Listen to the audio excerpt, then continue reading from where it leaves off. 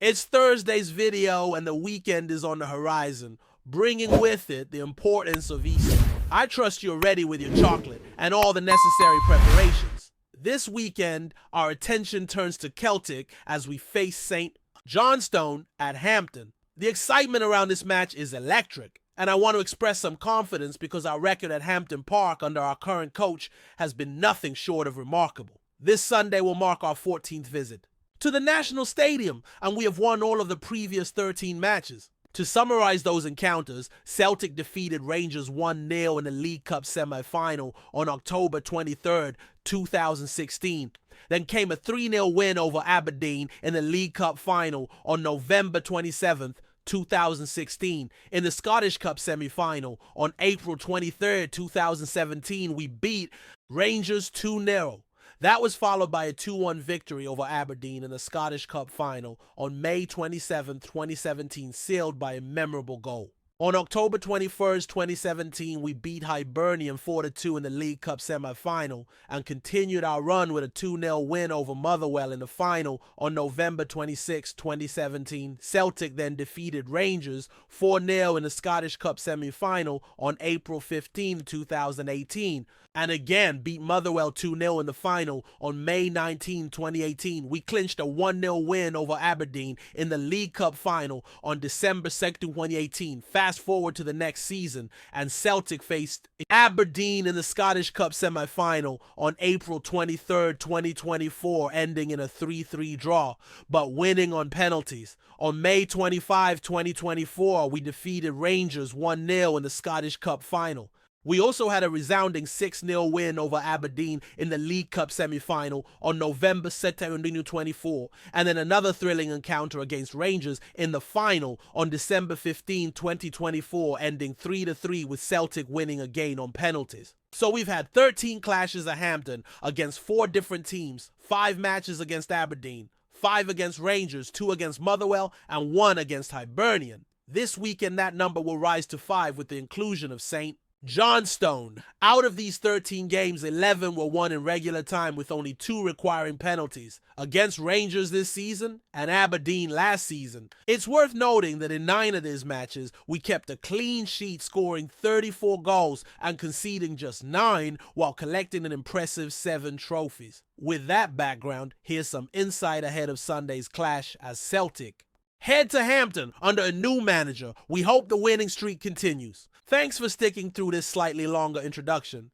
I truly appreciate you watching this video and taking a moment from your busy day to hear about the club we all admire. Today we'll delve into more Celtic discussion, starting with some information I came across this morning, so credit to the platform where it originated. I've previously touched on this topic, the UEFA Champions League playoff stage in late August, over the past few weeks, but there's an update I want to explore in greater depth. I've already mentioned the 8 teams that pose a challenge for Celtic due to their higher coefficient. These teams will be ranked above us in the playoff round, should they qualify, and could take seeded spots ahead of us. Ideally, we need 4 of those 8 clubs to be eliminated for Celtic to secure a seeded position. The good news, one of them is already out of the running, although out might not be the right word, since it's excellent news for that club, the champions of the Greek Super League, who currently have a Celtic player in their squad. It's unclear whether he'll remain there next season, but if he does, or if he is signed permanently this summer, he's guaranteed a place in the group stage of the Champions League since the club has already qualified for the league phase. His situation remains uncertain for next season. If he stays or is transferred this summer, he'll be assured of Champions League group stage football, as Celtic have already secured a place in that phase. While not yet officially confirmed there, won't be an immediate announcement. What's certain is that this week's quarterfinal results ensure the winner of the current tournament is already qualified for next year's group stage via their domestic league. Because no club can qualify twice for the group stage. There's a strong chance an extra spot will go to the national champion with the best individual coefficient among those still trying to qualify.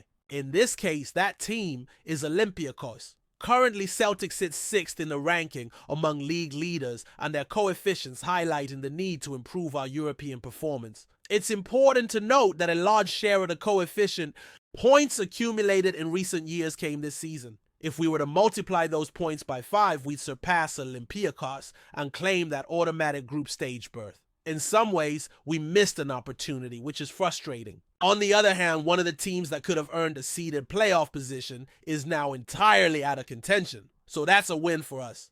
I'll be closely monitoring this over the coming months, hoping we can count down until we're confirmed as playoff seeds. That could even happen before the current season ends. Olympiacos is the first team from our list to progress directly to the group stage. It's not yet officially confirmed, but it's likely. The second team is currently third in Croatia. To be honest, this situation might unfold before the season. STUNS as the club is the first among our competitors to secure direct group stage entry. While not officially confirmed, it's quite likely. The second team is third in their domestic league, 7 points off the top with 7 games to go. If they win the title, they'll enter in the second qualifying round, 2 stages before us. Similarly, another club in the same position is third in their league, also 7 points behind with 6 matches remaining. One club has already qualified for the playoffs and is on track for a favorable seed, unless they win the European competition, which would grant them automatic group stage entry. They're currently leading 2-0 after the first leg of their quarterfinal with the second leg today. Another team is third in their domestic league, 5 points behind with 7 games to play. If they win the title, they'll enter the same round as us. One team is top of their league, just 1 point ahead with 7 games to go, and if they win the title, they'll also enter in the second qualifying round. Another has already won their league and will also start in the second qualifying round. Finally, one more club is leading its league by 1 point with 6 matches left. And if they secure the title, they too will begin 2 rounds earlier. This creates several complications for those teams, and I'm feeling increasingly optimistic about our chances of being seeded in the playoff stage. With one team already out, we need just 3 more to fall short. And as mentioned, the rest are at least 5 points off the top with time running out in their leagues. It's reasonable to think at least 2 of those clubs won't win their leagues, leaving us needing just 1 more to stumble. As already noted, Copenhagen and Ferencvaros are only 1 point ahead in their leagues, making a slip-up entirely possible. Even if they win their leagues, they'd still face 2 qualifying rounds before the playoffs. We all know the surprises that can emerge in Champions League qualification. Celtic fans are more familiar with this than most. That's why I remain confident in our chances to be seeded and avoid a tough opponent. Although even a seeded spot doesn't guarantee an easy draw. We could still face a strong team, and if several big clubs fail to win their leagues, those who do might be just as dangerous. After all, they'll have proven themselves by beating serious contenders. The playoff stage of the Champions League is no joke, but my confidence in Celtic qualifying continues to grow.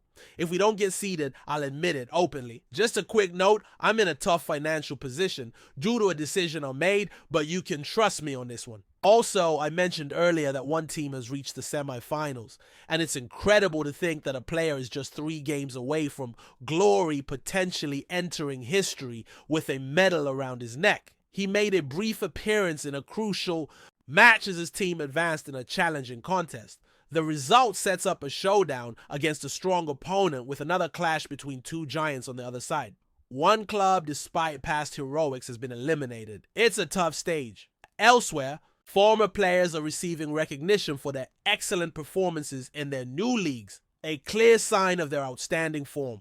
The support they received was considerable, and both have shined in their divisions. It'll be interesting to see how they do at a higher level next season. Their connection with successful managers has definitely helped, and now there are questions about the future of those coaches. If they continue to perform well, new opportunities could open up. This is definitely a situation to watch closely, especially with the paths ahead. There's also talk around a player who seems to be preparing for a big move away from his current team. Reports suggest a release clause that could facilitate the transfer, and rumors point to a strong desire to leave. What happens next could impact not only his future, but several others involved. Apparently, there's a release clause set at $40 million valid from July 1st to 15th. It seems he already wanted to leave last season, though it didn't materialize. Several sources last month mentioned club interest, though. It's often the clubs who drive these moves. Another team is in the mix, reportedly looking for a right back as a key player seems poised to move on. That could spark action. It's also well known that one club inserted a sell-on clause in the player's 2021 transfer, giving them 30% of any profit from a future sale. If they bought him for around $11 million and sell him for $40 million, about $35 million, that's a profit of $24 million, meaning the previous club would receive roughly $7 million. That's a significant amount. While things are still unclear and many factors must align, a summer move seems more likely than ever. The player is under contract until 2028, so no departure will happen without compensation. If it does go through, the financial return could be substantial, raising questions about how that money might be reinvested in strengthening the squad. While recent signings have performed well, new additions always hold appeal. Tomorrow we'll be back with a new discussion, possibly with a guest, focusing on the upcoming clash against St. Johnstone with more details to unpack. Before we proceed, subscribe to our channel and enable notifications to receive all exclusive news about Celtic FC. Don't miss any details about your favorite team. It's extremely important for Celtic FC fans. Could Celtic be about to land one of the most electrifying wingers in Belgian football?